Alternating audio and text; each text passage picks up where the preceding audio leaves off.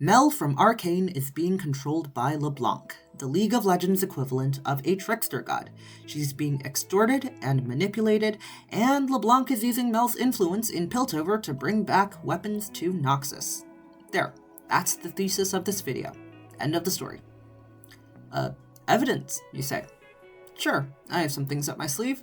First, let's talk about who these characters are, starting with Mel. She is a wealthy Piltovan aristocrat, in fact, the most wealthy person in Piltover, yet she describes herself as being the poorest Medarda, due to the fact that she was disinherited by her clan back in Noxus. She is a cunning and ruthless politician, seemingly willing to exploit those around her, yet she is extremely calculated and understands the perpetual game of competition, risk, and progress that drives Piltover. Of course, we all know her from Arcane Season 1, and she is expected to make a reappearance in Season 2. On the other hand, LeBlanc is someone who seems completely unrelated to Mel. She is a mysterious trickster that has been around since the ancient days of Noxus, an imperialist nation to the north of Piltover.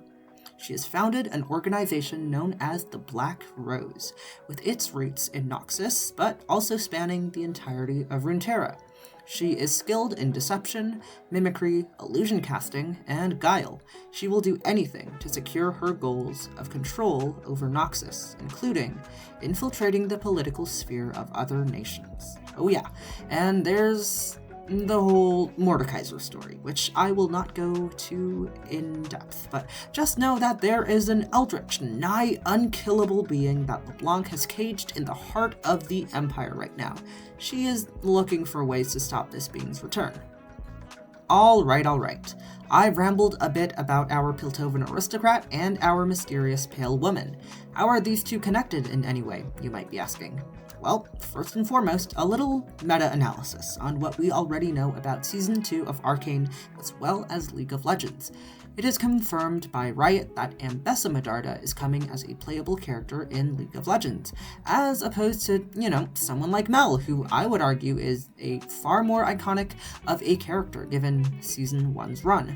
To be fair, Mel does not seem to be a fighter, more of a support character, which could be a reason why Riot opted to add the nimble and deadly Ambessa instead. However, it is still suspicious to me as to why Ambessa is becoming a champion as opposed to Mel. The fact that she will become a champion means that all of a sudden, her lore matters more than the secondary characters in Arcane. Her story will be a focal point of Arcane Season 2, more so than some of the supporting characters. That's not to say that Mel's story will not be focused on during Arcane, but I am implying that there is a caveat to Mel's character that is preventing her from becoming a champion in League of Legends. Let's go on a bit of a side tangent here and talk about Mel's golden markings. Now, I know it's rude to comment on someone's physical appearance, but I mean, if you look closely at Mel's golden markings she has on her body, they aren't a part of her clothing. It is very clear that the gold markings she has is a part of her body. Unless, she's the gold stays on type of woman.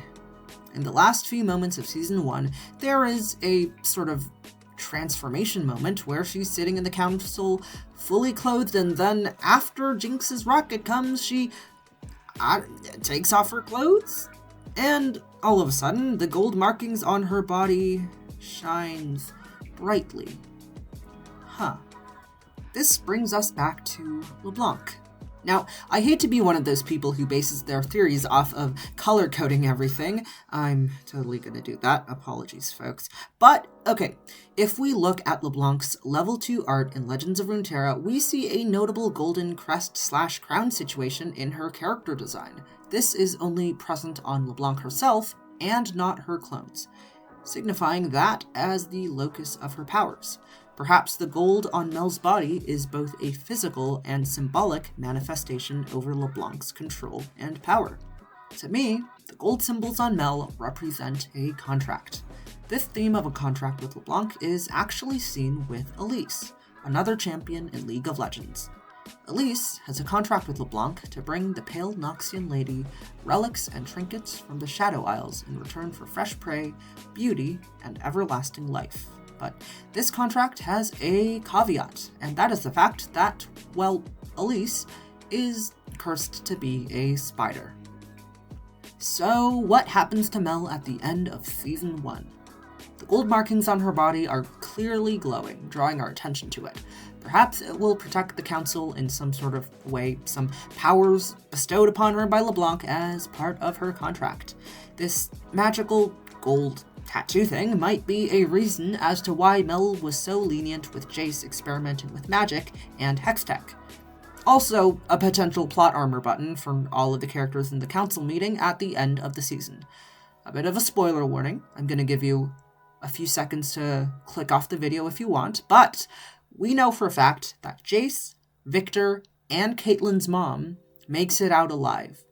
Because Jace and Victor are champions, and Caitlyn's mom gets kidnapped by Karina Varaza later down the line. And she can't really get kidnapped if she's dead already. So, what's the catch? Mel has, potentially, some nifty magical powers and cool golden markings on her skin. She's also the wealthiest politician alive, with a lot of the right personality traits to be a ruthless leader, something LeBlanc may or may not have taught her. What does LeBlanc want in return? Hextech is the answer. Just like how Elise is bringing LeBlanc trinkets from the Shadow Isles, I believe part of Mel's contract with LeBlanc is for Mel to bring back anything that LeBlanc would find interesting, or perhaps useful. Perhaps to seal or combat an Eldritch God from the Shadow Realm. That might be why Mel is so desperate for progress, because without it, her employer might get angry. But why did Mel not send over Hextech weapons to Noxus in the 10-year time skip? Well, we know that the Hexgates do trade with other regions of Runeterra. That was confirmed in Arcane. So I wouldn't really say that Mel wanted to hoard all the Hextech and keep it within Piltover. Perhaps the amount of weaponry and Hextech that she sent over was not enough to satisfy LeBlanc, and that's why Mother Medarda was sent. Perhaps the powerful man that killed Mel's brother was just a mimic of LeBlanc. Or, perhaps I'm crazy. I don't know. All of this started when I heard that Ambessa was going to become a champion instead of Mel. Something inside of me started tingling, and I began thinking that Noxian influence in Piltover and Zon would have a much larger role in Season 2 than people might think. After all, Singed needs funding, Ionia needs to get invaded, and LeBlanc needs anything she could possibly obtain to stop an Eldritch God. All I know is that people were talking about the Swain connections between Jinx and Bird Dad while I was out here seeing gold on Melt's body and LeBlanc's head and went, both shiny, both gold, let's make a theory out of it. Yeah.